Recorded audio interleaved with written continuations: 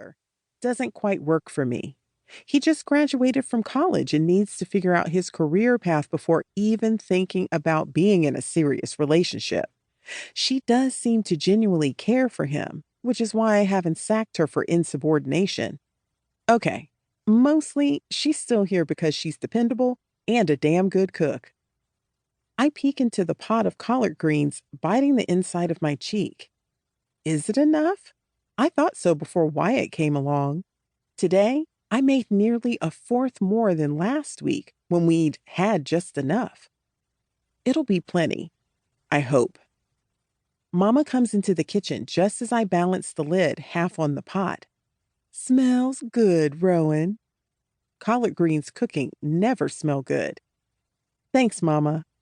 The swelling at her elbows is noticeable, but I know enough not to mention it. Those collards have all those people lined up out there. You know that, don't you? She reaches up to pat my cheek, a sparkle in her hazel eyes, but the pain is lurking just beneath. I grab her hand and hold it against my face, closing my eyes. When I open them, she smiles and takes her hand back without another word. She shuffles over to the counter where Wyatt is set on his task, concentrating on his knife movement, but keeping a protective eye on our mother. Mama pats him on his arm. You can leave those a little bigger if you want. Okay, Mama. She looks around the kitchen and nods at each person in turn. I better get out front and make sure everything is ready to open. Darlene called in sick earlier, but thankfully Leonard was able to come in. Looks like we'll need all 6 wait staff scheduled today. Before she walks through the kitchen door into the dining room, she bends to rub her knees. Wyatt, how's that new bartender working out? She's through the door before he has a chance to answer. I imagine in her mind, her question distracted us enough to not notice what she was trying to cover up. Wyatt frowns.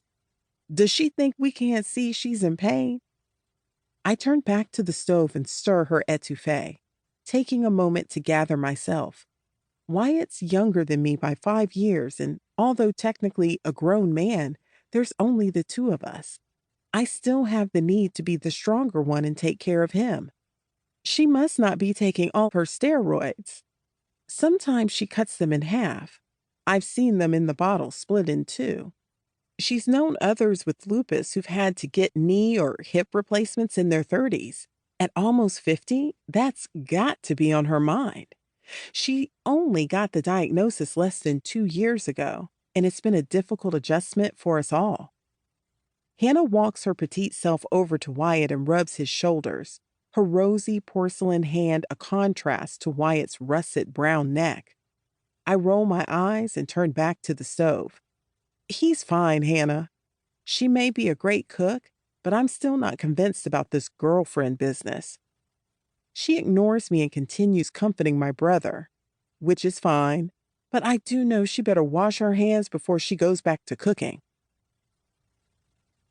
Mondays mean Smothered in Love is closed, and I can relax without worrying what's going on there without me, unlike on my scheduled days off.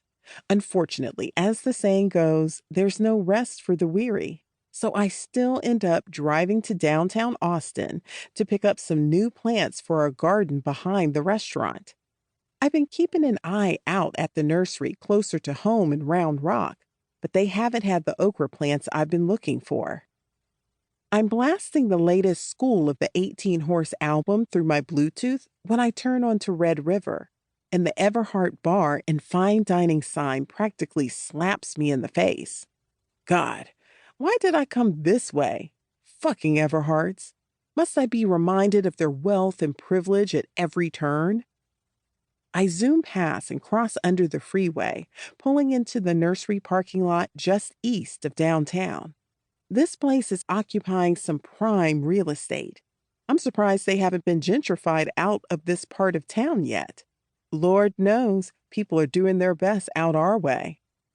This time of year has lots of folks out in the balmy days of spring, the smell of fresh flowers flowing freely through the air.